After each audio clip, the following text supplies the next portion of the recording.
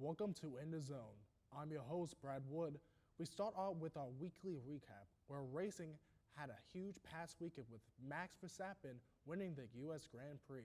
This marks the 50th win for the Red Bull driver, a high achievement club that only 4 other drivers have completed. Turning into NASCAR, Christopher Bell just won the recent NASCAR Cup Series playoff race at Homestead Miami Speedway.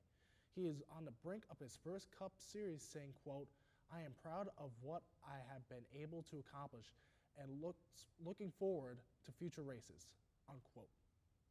Former U.S. Women's National Soccer manager Konovetsky has been named the new head coach for the Kansas City Currents. Konovetsky is infamous for managing the U.S. women's team that had a worst finish in the 2023 FIFA Women's World Cup in the program's history, with a record of 3 wins, 2 draws, and 5 losses. This is not Anno Neskovich's first time in Kansas City, however, as he won consecutive NWSL titles in 2014 and 2015 with a team known then as FC Kansas City, and said, quote, "Kansas City is home and always will be home." I'm responding to the new position. Now taking a look across the pond to a sport that never quite caught on here in the States, rugby. The World Cup is reaching its final matches, with England losing a close match to South Africa with a score of 15-16. They played for the bronze on Friday the 27th against Argentina, with the final match between South Africa and New Zealand being played on Saturday the 28th. South Africa is defending the reigning world championship. However, both teams are competing to be named the first nation to win the Rugby World Cup 4 times. Looking to the future, a report just released stated a high-ranking NFL official is open to having current NFL players compete in Olympic flag football, debuting in the 2028 games in Los Angeles. The current conversation involves if it would be fair to allow professional football players to compete on an international level, where other countries wouldn't even have a football pool to pull their players. In the Zone will continue to follow these updates for their verdict. Now let's jump into some conversation with the World Series matchup decided, college football heating up, and NFL upsets headline Week 7. We got a lot to talk about, so let's get into it. In the Zone starts now.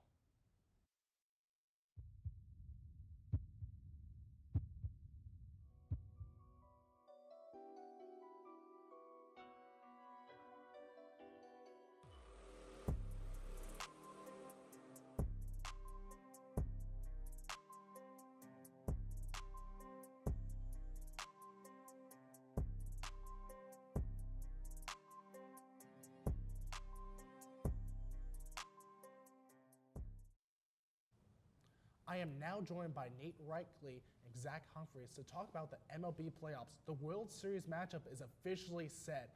On the American League side, Texas managed to eliminate Houston despite their best efforts to keep it close. Nate, what do you take away from the series for either team? Well, I say for the Rangers, this is just really good for them. The Houston Astros have obviously been here before. They've been in the postseason a lot recently. They had that whole scandal in 2017, but then they won it last year, so they don't really need to win another one anytime soon. Texas Rangers, however, they have not been here for a while. I believe the last time they were here was like before 2015, and they lost back-to-back. Exactly. So this is just a great feel-good story for them, but also they are a dominant team. They went into Houston, Game 7, clinched the series by winning 11-4. They destroyed that pitching core. So I have no doubt that this is going to be one hell of a fight. I mean, Garcia just absolutely wild. Really beat the heck out of those Astros. Mm-hmm. But Zach, what do you think about the Rangers? I mean, I hope they can win it all, but... That's what I was going to highlight, the whole hitting situation. It's not even a situation for them. It's more of a situation for Arizona now.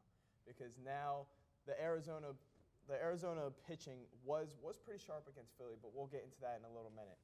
But they are going to have to continue to show up day in and day out. They can't even have a bad inning, or else that could potentially be the game. The way that the Rangers were able to hop on the Astros early in Game 7, along with the rest of the series, of course the Astros weren't ever going to get swept. They weren't going to lose in 6. It was going to go to 7 from the jump.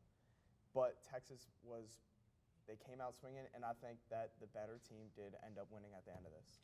I mean, I have to agree, but I mean, the Rangers really tried to pull through. It was just close, but the dominant offense by the Rangers it's crazy. It's tough. I mean, we're looking ahead to Arizona. It's for the bullpen. Though they did well against the Phils, especially game 6 and 7. It's going to be tough to stop that Rangers offense, if I'm being honest. Like, you have some great rookies all across the lineup. So, but and especially Texas going into Houston, like you highlighted. Houston is not an easy place to go in and win. Mm-hmm. It's not, of course, it's nothing like Philly where it's loud, but the stadium being indoors and just the uniqueness of the stadium. I love Minute Maid Park. I love it. It's amazing. But with that being said, that makes it so much more difficult to win. And to see Texas go in there and do it under Game 7 pressure was just more impressive in itself. And like I said, I'm not glad that Texas won, but it's good to see that they were the ones that pulled through. I mean, coming from a Yankees fan, I am so glad the Astros lost. But the main thing is with the Rangers, they won every single game away. What is home field advantage? Like, sure, the Astros did have a losing record at home throughout the regular season, which no team ever won a World Series with a losing record at home. But, I mean, it's just crazy. Will they keep that up with the Diamondbacks? But it's a lot to decide. Nate, what do you think the first 2 games would be, right? The Rangers are coming in. Do you think they can start off early, or do you think it'll be kind of neck and neck all the way to Game 7? It's going to be neck and neck. These 2 teams are hungry. They're tired of putting up with all these other high-ranking teams coming in and destroying them throughout the postseason and the regular season. They want their championship. They want it now. They're going to go in there. It's going to be a bloodbath. It'll be hits left and right. The Diamondbacks pitching, you mentioned that earlier.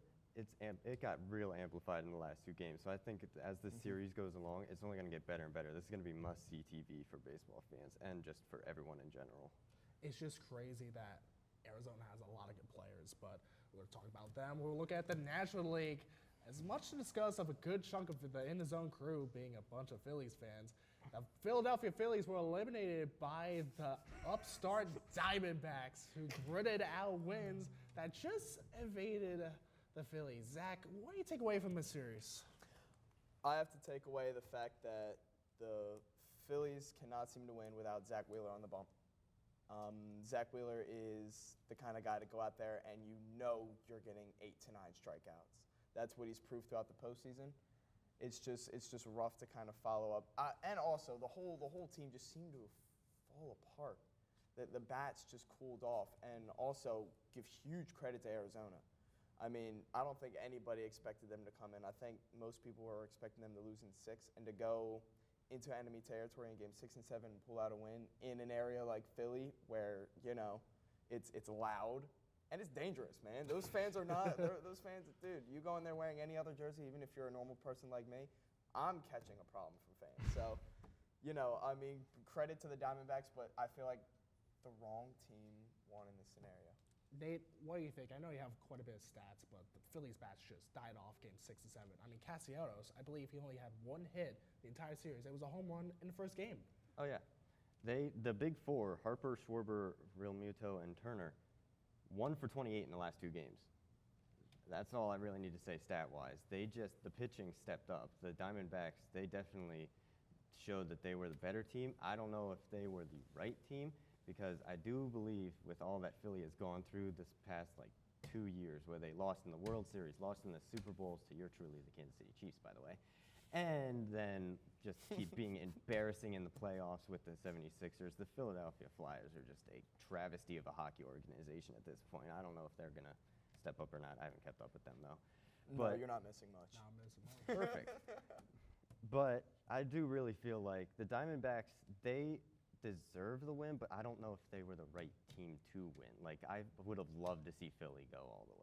The vibes I got from Philly was the 2015 Royals. The previous year, before they won it all, they made all the way to the World Series to lose. Then they had that similar run again to win it all in 2015. That's what I thought. I think that's what everybody thought. There was a great story, but I feel like Philly's just got way too ahead of themselves. I know Game 2, they're thinking, hey, we win the next 2 games in Arizona, we're celebrating the pool, and couldn't even finish the job. They couldn't make it to the World Series like last year. So Yeah, I mean, that's a great point, but also something I want to highlight is as much as we can continue to hate on the Phillies' struggles with how Kimbrel can't seem to not allow 2 runs at the least, there's a bunch of issues that we can point out. But I also like to say one thing that I noticed from when the game was coming down to like Game 6, I was thinking, all right, it's 3-3 now. What I realized is the Phillies have such a great young roster compared to Arizona, who is also kind of young, but also they are just like a well-built team. Philly just seems to have a bunch of these stars, which is really good. It's really good. Like, that's why they made it this far. That's awesome. But also when it comes to having a well-built team, they obviously prove that they can work a lot better together than having just a natural star-studded roster. I think that's one of the reasons why the Dodgers aren't here now. The Dodgers were just another star-studded lineup, and they went up against a team with just a well-built, well-rounded offense. And now, I mean, I'm just very excited for the World Series because these two, like you said, are both going to go in. They both need to prove something in my eyes because I don't think anybody expected any of them to make it. So this is their proving ground. I think this World Series is going to definitely get to 6 games minimum. It's going to be an absolute blast to see. And I'm just excited. I mean, going back to the Phillies, though, that middle bullpen, we got Craig Kimbrel. The Dodgers couldn't fix him, and they like to fix pitchers that have been struggling, and they couldn't fix him. Phillies, obviously, they couldn't fix him. So I feel like a lot of blame could go on him. I feel like it's an easy escape off the last 2 games, but, the bad side. You have that core. If they can't be clutch in the postseason, look at the Dodgers. Look at the Braves. Who cares what you do in the regular season? It all matters in October. So the Phillies have a lot of questions coming into the offseason. But look at the D-backs and Rangers World Series. I am so excited. Who would have thought 2021, if you told me, hey, Rangers, D-backs in 2023 World Series, I told you you're crazy. But now we're going to send it over to Vanessa Anders to get the latest in Marauder athletics. Vanessa? Thanks, Brad. This past week has been filled with ups and downs for the Marauders. In football, the Marauders fell to Shippensburg University with a score of 13-7. The team will battle Kutztown University this upcoming Saturday. Men's golf continues to win, securing Millersville their 5th PSAC championship and winning their 4th tournament in a row after their stunning performance at the Lebanon Valley Invitational. Both men's and women's soccer beat East Stroudsburg on Saturday 2-1. Men's soccer will face Bloomsburg this Saturday, while women's soccer takes on West Chester this upcoming Tuesday. Swimming lost against St. Francis 187-75 across 14 events. Despite not coming on top, 4 Marauders qualified for the PSAC championships. Sophomore Jay McClellan broke the pool record in the 1,000 freestyle and had 2 second-place finishes in the 500 free and 1,000 free. Junior Jordan Plemple had the first-place finish for the Marauders, placing first in the 100 backstroke. Now we send it back to the desk for the latest in college football. Brad? Thanks, Vanessa. Now let's talk about the elephant in the room. Penn State. Really embarrassing themselves on Saturday. They were pretty good on defense, but actually held on to this game because of that. But the offense just couldn't get anything going. What can you make of this game, Nate? Was this a season ender, or do they still have a chance to make it to the playoffs? I think they still have a chance, barring only the Michigan game. Because the rest of their games, they have a very high advantage to win. They just need to win the rest, and then they need to put up a fight against Michigan like they did against Ohio State. A couple key factors that I realized during this game was Drew Aller is only a sophomore quarterback. He hasn't had that sort of experience before playing a high-ranked, high-intensity opponent. Now, granted, you are expected to just go in there and play at a high level against these guys, but you got to give them some slack there. The defense looks actually legit. So against Michigan, it's going to be very interesting. If they can win the rest of their games and put up a fight against Michigan, I could easily see them being a top 5, if not playoff team. All right, Zach. I need to know your thoughts about this team right here, which doesn't even deserve to be on the table. What do you think? That was a great point that you brought up that I was going to bring up. With Drew Aller, of course, we all expected him to be this awesome quarterback, which he is. He is really good. It is difficult to go into the horseshoe in a game like that where it is a top 10 matchup and come out with a victory. It's very tough. It is.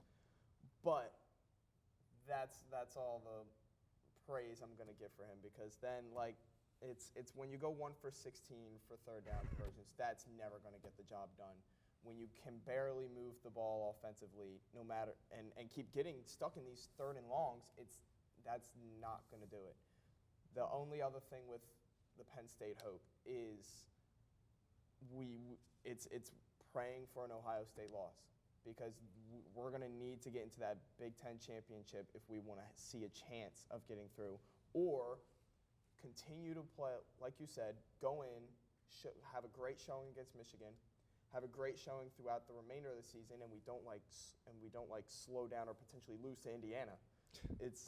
So I would say that's the big thing that Penn State needs to worry about, although also I would say give some credit to Ohio State's defense. That front 7 is no joke. The way that they showed up and they shut down everything Penn State was going to do, I mean, James Franklin just couldn't think of anything to fix that team. I mean, wow, a useless touchdown at the end of the game, that's great. And then they get too cute on the 2-point conversion and try to do a flip pass to the wide receiver. Don't even get me started. That was absolutely outrageous. That's the creativity we have at this game. I don't know, like, being a Penn State fan, I'm used to this. I thought we had a chance, but once again, Penn State, we just continue to suffer. Just another year.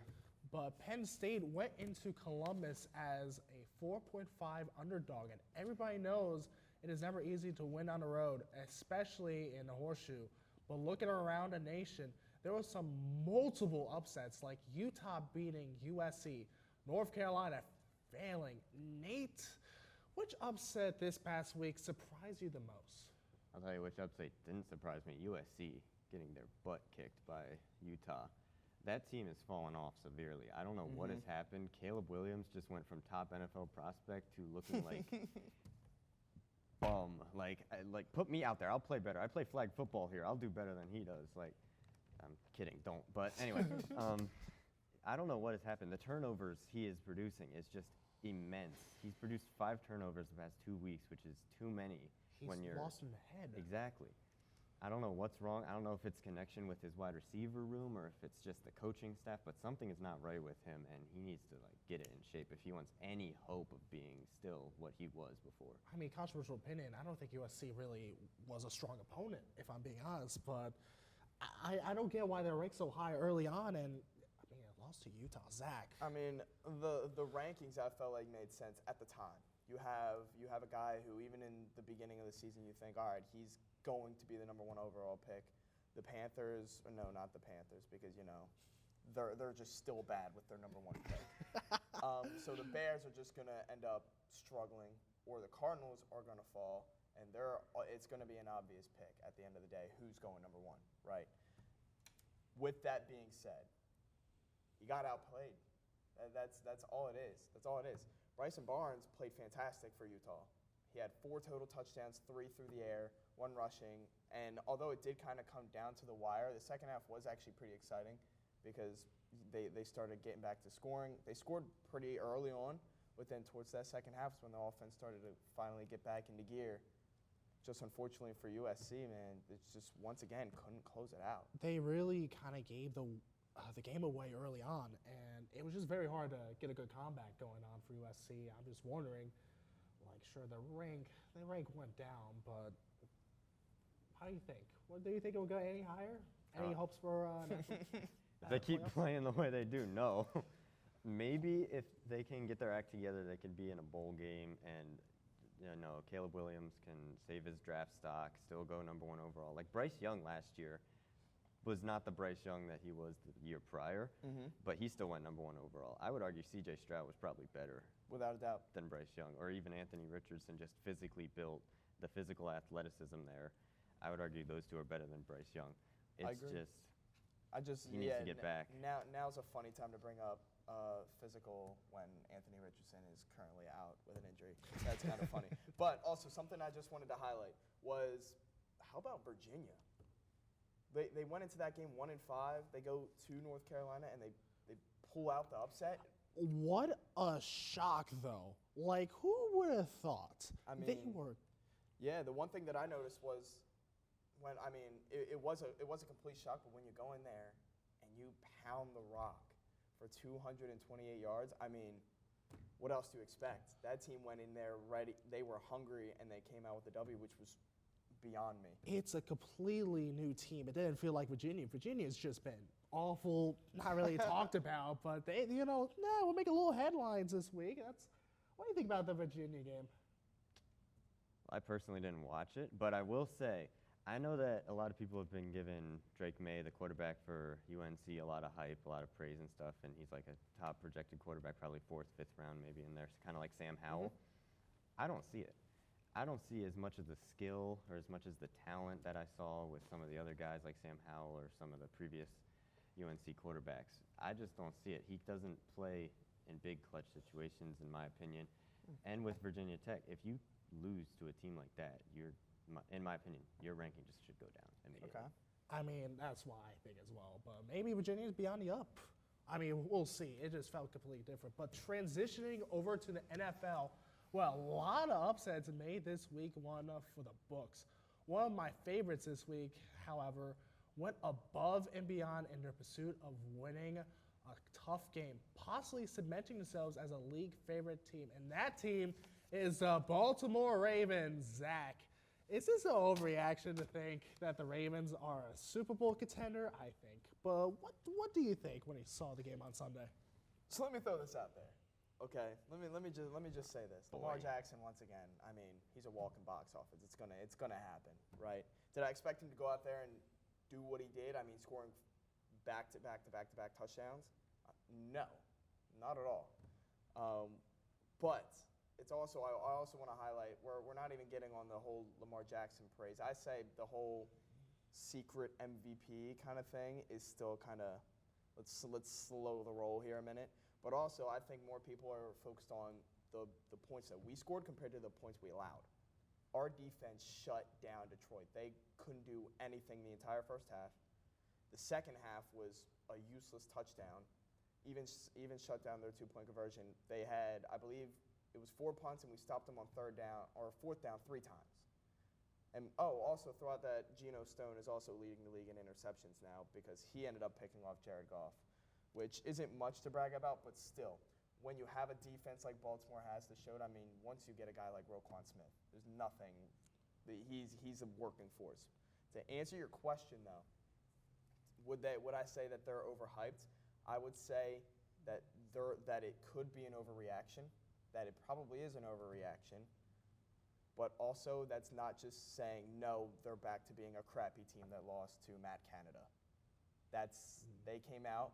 They had a chip on their shoulder. They obviously said, this is the Baltimore Ravens team that you are going to have to play. The only issue is now everyone in Baltimore is hanging that over their head. That is what they are expecting. So I said a good bit here. I'll kind of let you say what you got to say. I honestly thought you were going to go the complete opposite way and be like, yeah, they're winning the Super Bowl. I mean, they are, but like it's still going to be an overreaction. How about you win the AFC North, all right? Slow your roll. Oh, that's not How about you win a divisional game first? You How's that lost sound? to Matt that's a Canada's great- Steelers. all right, I don't want to hear it. Here, look, I even put in my notes, that's a great point. The whole Lamar Jackson praise, you have to slow down because you have to win when it matters. You brought up, that's a very great point. You can't just continue to win all the way to December and be this hot shot, and then when you go into January, you freeze. Can't have that whatsoever. He also needs to be on the field. Is he going to get injured again? Because he is injury prone. Because I'm telling you, the Ravens defense is the workhorse. Very unsung hero of that team. But without Lamar, the defense can only do so much. But Nate, I know you disagree that the Ravens are Super Bowl contenders, but what do you place them at anyway? I place them probably where I place the Bengals. Like, they can, not in a bad way, they can get to the AFC Championship. They have potential. I just don't know about Super Bowl. Lamar Jackson has developed amazingly as a passer. I was watching the highlights from that game. The one play where it was, I believe, like 1st and goal or 2nd and goal, he just stayed in the pocket, then he rolled out, threw a touchdown to the back of the end zone. That was amazing. a good-looking play, wasn't it? Yes, it was. It was. Patrick Mahomes would have done it better. But Maybe not this year. his passing accuracy has gotten so much better than it has in years past. In years past, he would have just taken that and run and risked an injury. He stayed in the pocket. He stayed cool. He stayed collected. He threw it on the dot, and it was just amazing. So I give you credit. They will be in the playoffs. They will be a legitimate threat. I just don't know about Super Bowl threat yet.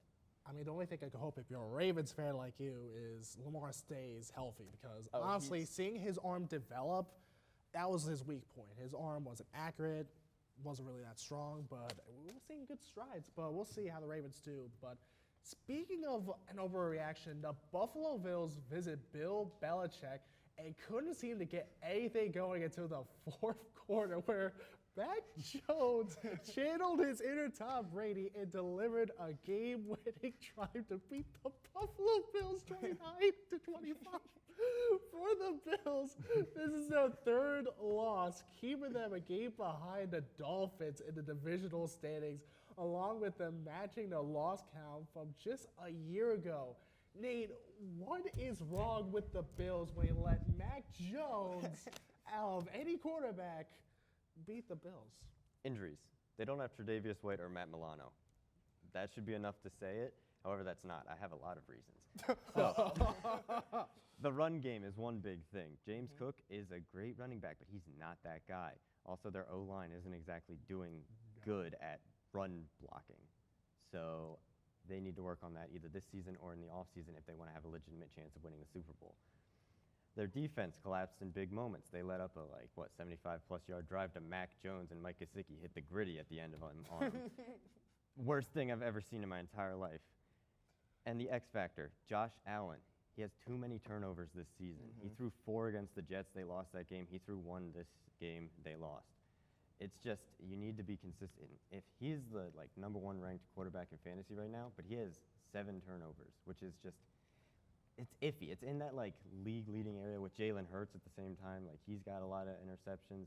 It's just iffy. I don't know how to feel about it. If they're throwing that many interceptions, but they're still performing well, I just don't know. I feel like Josh Allen's just not watching film because he's just getting read off so easily. He can't really run around. He's not as good as running as Lamar. But that Mac Jones 75 drive, the safeties on the Bills just let so much space. They're just giving it to the Patriots. Zach, what do you think about this game? Well, in my notes here, it says Josh Allen has now lost to Zach Wilson and Mac Jones in the same season, along with just squeaking by Daniel Jones. What? I don't know if this is a different version of Madden curse that none of us have really figured out or heard about, but this is not the Josh Allen that we are supposed to that we've grown to know. I mean, you just brought up a good point last season. He led his team to only having 3 losses, and although they kind of struggled in the playoffs, I mean, that's still a good season at the end of the day. Now you're 4-3. Now you're kind of just trailing behind the Dolphins here. This was your week to kind of catch up. And although something I do want to throw out, although we are kind of saying that Josh Allen was struggling, he's slowly proving this season that he is a second-half quarterback. I mean, I saw something where he has a 42 passer rating in the first half, but then the second half he has 130. That 130.6 is his passer rating in the second, and all 5 of his turnovers that you brought up were all in the first half. And then he followed that with 4 touchdowns in the second. You can't be doing that, especially when, believe it or not, Mac Jones, he had a day. You can't even degrade that. His passer rating was 126. It still wasn't up to Lamar's standards, but still, it was still impressive to see. I mean, they kept it simple. They didn't get penalized. They handed the ball off. Zeke scored a touchdown. They kept pounding it to him, although he wasn't getting the yardage. You were still keeping Josh Allen and Diggs off the field. I mean, it's just a lot. But the Bills, I mean, it's a good win for Mac Jones, though. But look at the Bills. You have the Dolphins. I really like the Dolphins as a team. Really power offense. It's very hard. We're not in let's just say, an easy division to really get forward. But the Bills, it's got to look into the next games to see if they're going to really pull through or they're just squeak on by. But now, y'all, we're going to move over to the NFC. The results of Week 7 has created many questions about which teams are for real and which teams are potentially frauds. The 2 favorites in the NFC, the Birds and the Niners, each had tough but winnable matchups. The Birds pulled through, winning against a good Dolphins team and shutting down their high-powered offense. The 49ers, however, lost to primetime Kirk and looked sloppy for most of the game. Who would you say is the best team in the NFC, Nate? Eagles or the 49ers? Or is there another team that you think it's better than both? I have 4 teams right now. I'm all ears. Cowboys, Lions, Niners, Eagles. One of those 4 are going to be in the Super Bowl. The Eagles have a slight advantage right now just based off of record. Their defense looks good. They shut down Tyreek Hill. They shut down Raheem Mostert. Those 2 guys are amazing on the Dolphins. They made Tua throw to other guys. He didn't look like himself. Plus, Jalen Waddle was hurt. That was a huge benefit in their team. Another thing they did, they played clean football. They only had a few questionable moments, but they had 0 penalties called. I will admit, there were about 4 moments where I was like, that is a penalty. That is some ref I ball. can name more than 4. The refs were in Eagles fair. I'm sorry, but there were so many plays. I'm like, wow. So many blatant face masks. So many penalties. I'm sorry, but the Eagles really scraped on by in this one. They had some sloppy play. I like the Eagles as a team, but they've been sloppy this whole season. I'm not going to deny it. Zach, what do you think? I think, sure, stopping Tyreek Hill was a plus. I'll give them that. Really good on defense, but do you think the Eagles deserve to win? I would say that I'm not the one that kind of runs and blames referees. Although there were times when I figured this would be called, that shouldn't have been called. But at the end of the day, no matter, in my eyes, the refs didn't make a call that changed the entirety of the game. They didn't cost the Dolphins. The Dolphins could have made it work. Like you brought up, Tyreek Hill was shut down. Huge shout out to James Bradbury and Darius Slay for taking care of that. That's Really not good. easy to do. And also, it doesn't help when Josh Sweat lives in the backfield and records 2 sacks and continues to pressure the quarterback. So Tua still felt like he had to get it out of his hands pretty quick. And also when Waddle left, that also kind of limited the Dolphins because now everybody's focused on Tyreek Hill, and you're not worried about the second fastest guy in the league on the other half of the field. But also, with that being said, you also have to think about, for the Dolphins' sake, Jalen Ramsey and Xavier Howard weren't there.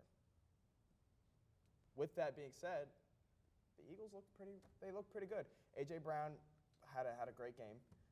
Jalen Hurts was throwing the ball accurately and safely. That's good. So, I mean, you add those 2 up together, and with that Eagles defense that shut any chance of the run down, I think they ended the half with -7 rushing yards. That's more impressive to do than that's more impressive for an offense to do than a defense. So I'll give credit to Hurts. He had a good revenge game. It wasn't himself last week. But if we're looking at the best teams in the NFC, I have to go with the Niners. Even with the upset with the Browns, I still think they have a high-powered offense that can get you in both ways. I still think the defense can pull through. I'm not talking about the Cowboys. No. No, I'm good. Why don't you want to talk about the Cowboys? Because they say every year, they'll be a good team. It's this year. I am sick and tired of the same old conversation, and they choke in the playoffs and never win a Super Bowl. What's last time, 89? I don't even know. None of us were alive. Yeah, 91, 92, 93. who cares? That's ancient times. I am not talking about the Cowboys. I think Niners all the way. Nate, what do you think? Do you think the Birds or someone else is the best team in it? Told you my 4. Lions, Cowboys, Niners, Birds. And with the Eagles have a slight advantage because that was a very clean game they played against the Dolphins. That's the cleanest game I've seen them play this entire season. Mm-hmm.